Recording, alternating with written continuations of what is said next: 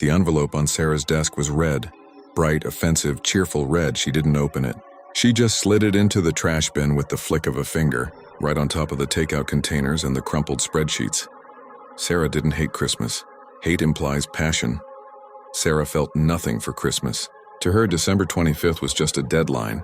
She was 29, a senior marketing director in downtown Chicago, and she wore her exhaustion like a badge of honor. Her apartment was sleek, modern, and completely devoid of decoration. No tree, no lights, no wreath, just white walls and the blue glow of her laptop. But her neighbor was a different story. Mr. Abernathy lived in apartment 4B directly across the hall. He was 70-something, with shaky hands and a cardigan that always smelled like mothballs and peppermint. And every year, starting on November 1st, Mr. Abernathy went to war with silence.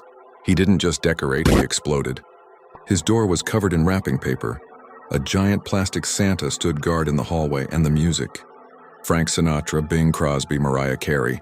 It played through his thin walls from 7 a.m. until 9 p.m. On December 23rd, it was snowing. A blizzard was burying the city. Sarah had just come home from a 12-hour shift. Her head was pounding. She just wanted to unlock her door, pour a glass of wine, and sleep. But as she stepped off the elevator, there he was. Mr. Abernathy was standing in the hallway, struggling with a tangled string of multicolored lights. He looked up, his face lighting up with a gap-toothed smile. "Merry Christmas, Sarah," he chirped. "I was thinking, the hallway looks a bit dim. I thought maybe we could string these across your doorframe too. Connect the two apartments like a bridge." Sarah stopped. The headache behind her eyes pulsed. "Mr. Abernathy," she said, her voice tight. "Please don't." "Oh, come on!" He chuckled, stepping closer. "It's Christmas Eve. Where's the spirit? I baked cookies too. Ginger snaps. Let me just get this hook." "Stop!" Sarah snapped. The word echoed in the hallway, sharp and cruel. Mr. Abernathy froze. His hand holding the plastic hook hovered in the air. Sarah dropped her bag. "I don't want the lights, Arthur. I don't want the cookies. I don't want to hear jingle bells through the wall." She took a breath and the exhaustion took the wheel. "Look, I get it. You have nothing else to do. You're retired. You're bored. But some of us have lives. Some of us are tired. Please just stop acting like a child and leave me alone." The silence that followed was heavier than the snow outside. Mr. Abernathy's smile didn't just fade, it shattered. He slowly lowered his hand. He looked small. Older than he had 10 seconds ago. "I'm sorry, Sarah," he whispered. "I didn't mean to bother you." He turned around, gathered his tangled lights into a ball, and went into his apartment. The door clicked shut. Sarah stood there. She waited for the relief. She waited for the satisfaction of finally setting boundaries, but it didn't come. Instead, a cold, hard knot formed in her stomach. She unlocked her door, went inside, and sat on her couch in the dark. For the first time all month, it was quiet. Dead quiet. The next day, Christmas Eve, the silence continued. Sarah woke up expecting the muffled sound of Dean Martin crooning "Let It Snow." But there was nothing. She left for work. Mr. Abernathy's door, usually propped open while he dusted the hallway, was shut tight. The plastic Santa was gone. The wrapping paper on his door had been stripped away, leaving bits of sticky tape on the wood. The hallway looked exactly how Sarah had wanted it. Clean, professional, empty. So why did it feel like a graveyard? All day at work, Sarah couldn't focus. She typed emails, but she kept hearing the crack in his voice. "I didn't mean to bother you." By 5 p.m., the office had emptied out. Everyone was rushing home, to families, to parties, to warmth. Sarah packed her bag. She stopped at the pharmacy on the way home. She bought a box of expensive chocolates. It was a peace offering. She would knock on his door, apologize for snapping, accept a cookie, and that would be that. Guilt absolved. She got to the building. She rode the elevator up. She walked to apartment 4B and knocked. Knock. Knock. No answer. She knocked harder. "Mr. Abernathy? Arthur?" "It's Sarah." Silence. She tried the handle. Locked. She pressed her ear to the door. Usually she could hear the TV, the hum of the fridge, something. But it was silent. Too silent. Panic, cold and irrational, spiked in her chest. He was old. He lived alone. She remembered how his hands shook. "Arthur!" she yelled, banging the door with her fist. She ran down to the lobby. The superintendent, a grumpy man named Miller, was mopping the floor. "Miller, you have to open 4B. Something's wrong." Miller looked up. "Relax, lady. He's probably sleeping. It's Christmas Eve," Sarah said, breathless. "He hasn't played music all day. He took the decorations down." "Please." Miller grumbled, grabbed the master key ring, and followed her up. He unlocked the door and pushed it open. It smelled like dust. The apartment was neat. A small TV in the corner, a worn armchair. But there was no tree. There were no lights. And there was no Arthur. "He's not here," Miller said, checking the bedroom. Sarah walked into the living room. On the small coffee table, sitting alone in the center of the room, was a framed photograph and a letter. Sarah picked up the photo. It was black and white, old and grainy. It showed a young Arthur, handsome in a military uniform, holding a baby girl. The baby was laughing, reaching for a string of Christmas lights he was holding above her head. Sarah picked up the letter next to it. It was addressed to the resident of 4A. To her. Her hands trembled as she opened it. The handwriting was shaky, the ink slightly smudged. "Dear Sarah, I am writing this because by the time you read it, I will be gone. Don't worry, I haven't done anything foolish. I'm just moving on. I wanted to apologize again for the noise. You were right. I'm a lonely old man with too much time. You see, my daughter Emily loved Christmas. It was her favorite thing. When she was 5, she got lost in a department store during the holidays. When I found her, she was crying. I told her, Emmy, if you ever get lost, just look for the lights.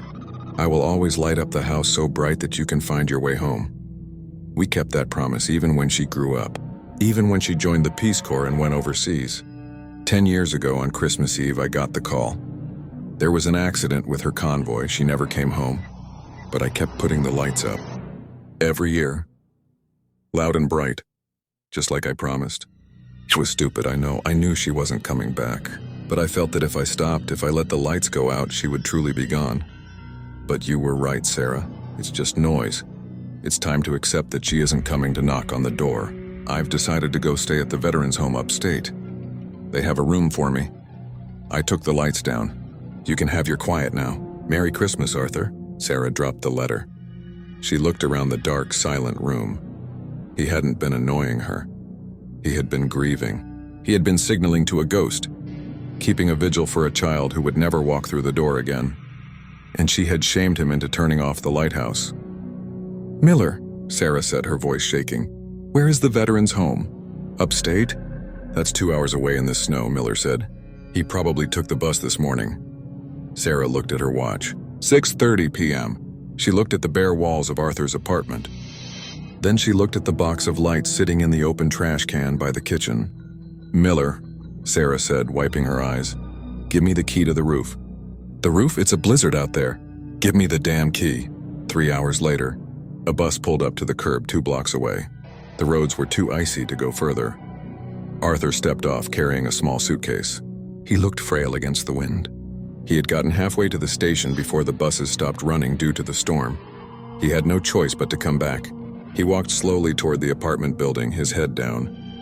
He dreaded going back to that dark, silent room. He dreaded the reality of a Christmas alone without even the pretense of hope. He turned the corner onto his street. He stopped. He dropped his suitcase in the snow. The building, his building, was glowing. Not just glowing, it was blazing. There were lights strung across the entrance. There were lights wrapped around the fire escape. But the brightest light was coming from the 4th floor. Someone had strung a massive web of multicolored lights back and forth between the window of apartment 4B and apartment 4A.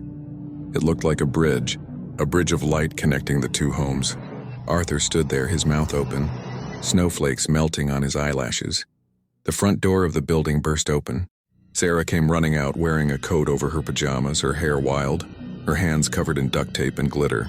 She sprinted through the snow and stopped in front of him, breathless. "You're back," she panted. "Sarah," Arthur stammered. What did you do?" Sarah walked up to him and grabbed his cold, gloved hands. "I read the letter," she said. Her voice broke. "I read about Emily." Arthur looked away, shame coloring his cheeks. "I'm sorry, I didn't want you to—" "Arthur, look at me." She squeezed his hands. "You promised her lights. You promised her you'd help her find her way home." Sarah pointed up at the chaotic, beautiful mess of lights she had spent 3 hours rigging up in the freezing wind. "She might not be here," Sarah whispered, tears streaming down her face. "But I am. And I was lost, Arthur. I was so lost. I forgot what this meant. I forgot that we're supposed to take care of each other. She stepped closer and wrapped her arms around the old man. You are not spending Christmas alone, and we are never ever turning those lights off, okay? Arthur stood stiff for a moment. Then he dropped his head onto Sarah's shoulder. His frame shook. He sobbed, a deep releasing sound that he had been holding in for 10 years. He hugged her back, holding on as if she were the only thing keeping him from blowing away. Okay, he whispered. Okay. Conclusion. That night, the hallway on the 4th floor wasn't quiet. Sarah dragged her Bluetooth speaker into the hall. They played Frank Sinatra. They ate the stale ginger snaps Arthur had saved.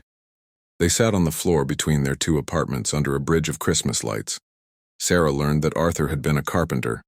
She learned that he loved cherry pie.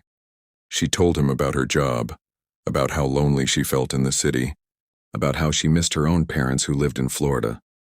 They didn't fix the world that night. They didn't bring Emily back. But as the clock struck midnight, Sarah looked at the old man, laughing at a joke she made, his eyes twinkling in the reflection of the red and green bulbs. She realized she hadn't just saved his Christmas. He had saved hers. Because kindness isn't about grand gestures or expensive gifts. Sometimes it's just about keeping the lights on for someone who is afraid of the dark.